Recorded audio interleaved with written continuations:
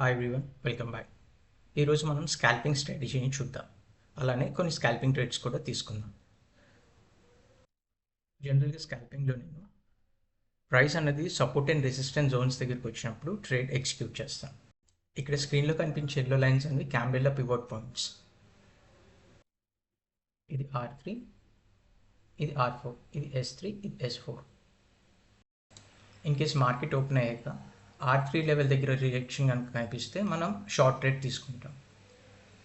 అదే in case R4 దగ్గర rejection తీసుకుంటే మనం షార్ట్ ట్రేడ్ తీసుకుంటాం. అదే ఇన్ కేస్ S3 లెవెల్ దగ్గర రిజెక్షన్ కనిపిస్తే మనం లాంగ్ ట్రేడ్ తీసుకుంటాం. అలానే ఇంకా S4 సపోర్ట్ కూడా, ఇక్కడ కూడా రిజెక్షన్ కనిపిస్తే మనం లాంగ్ ట్రేడ్ తీసుకుంటాం.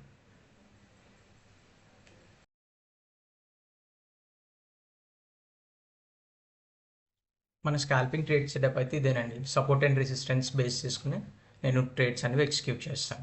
ఇన్ కేస్ రెసిస్టెన్స్ దగ్గరికి వస్తే షార్ట్ ట్రేడ్ తీసుకుంటాం, సపోర్ట్ దగ్గరికి వస్తే లాంగ్ ట్రేడ్ తీసుకుంటాం.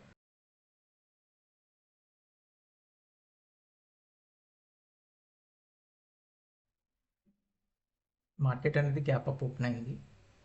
మనకి R3 లెవెల్ నుంచి రిజెక్షన్ అయితే వస్తుంది. సో మనం షార్ట్ ట్రేడ్ అనేది ప్లాన్ చేసుకుంటాం. ఇక్కడ అంటే PE అనేది బై చేస్తాం. చూద్దాం క్యాండిల్ క్లోజ్ అయినంత వరకు. రిజెక్షన్ అయితే స్ట్రాంగ్గా కనిపిస్తుంది.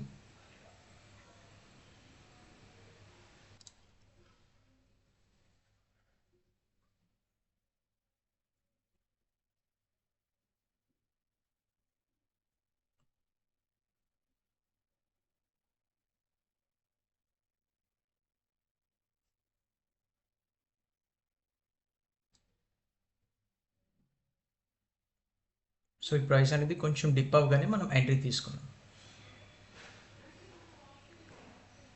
స్టాప్ లాస్ 15% తీసుకుంటున్నాం. టార్గెట్ వచ్చేసి 50%.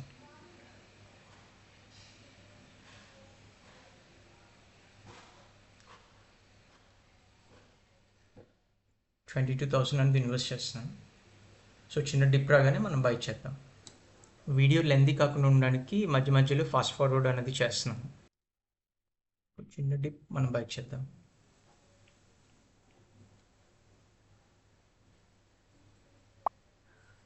ఓకే, మన ఆర్డర్ అయితే ఎగ్జిక్యూట్ అయింది.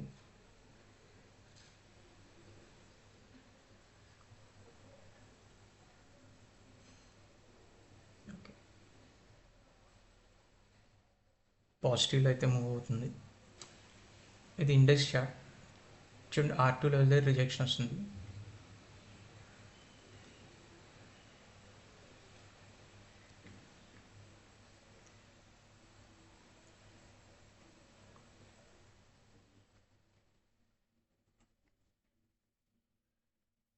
స్టాప్ లాస్ అనేది ఎగ్జాక్ట్ ప్రైస్ కాకుండా ఒక 2 పాయింట్స్ కిందకి పెడదాం. ఎందుకంటే ట్రిగర్ అయిన వెంటనే ఇది ఆప్షన్స్ కాబట్టి చాలా ఫాస్ట్గా మూవ్ అయ్యే ఛాన్సెస్ ఉంటుంది. కాబట్టి ట్రిగర్ అనేది 228 దగ్గర పెట్టాను. ఆర్డర్ వచ్చేసి 226 దగ్గర సెట్ చేశాను.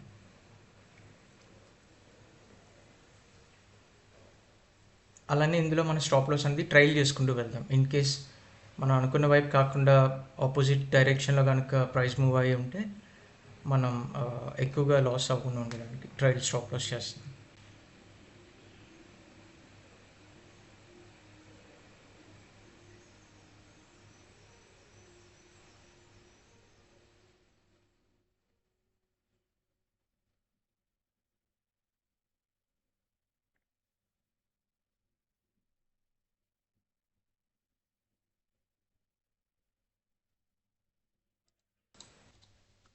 ఈ ఆప్షన్స్లో మెయిన్గా సపోర్ట్ అండ్ రెసిస్టెన్స్ బేస్ చేసుకుని ట్రేడ్స్ ఎగ్జిక్యూట్ చేస్తాం.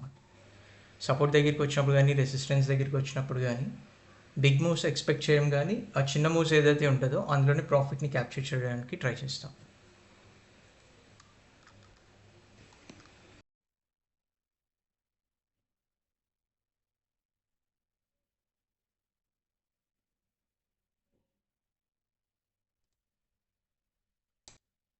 స్టాప్ లాస్ అనేది కొంత ట్రై చేద్దాం ఇప్పుడు.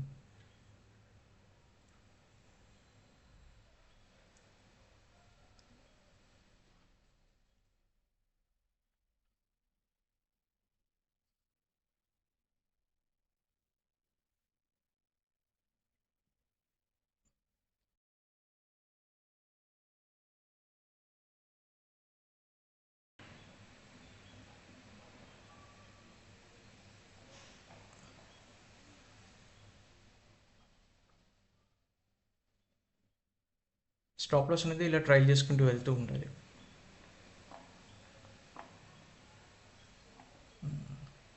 సపోర్ట్ దగ్గర నుంచి రిజెక్షన్ అయితే వస్తుంది.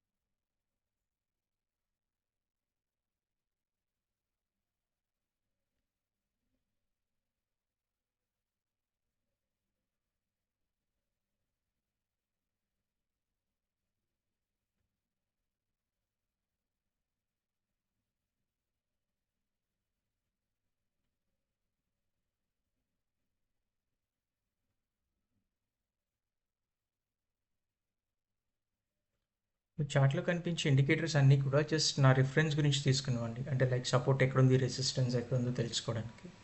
కానీ మెయిన్గా యూజ్ చేసేది నేను క్యామ్రిల్ pivot points.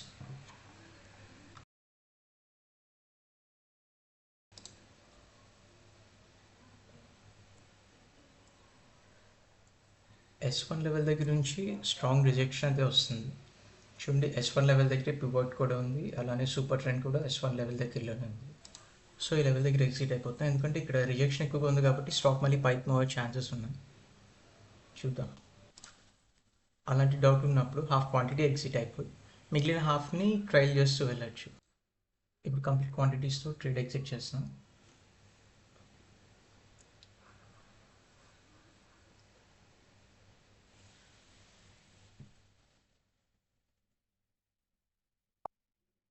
Okay, trade close అయింది ఈ రోజుకి.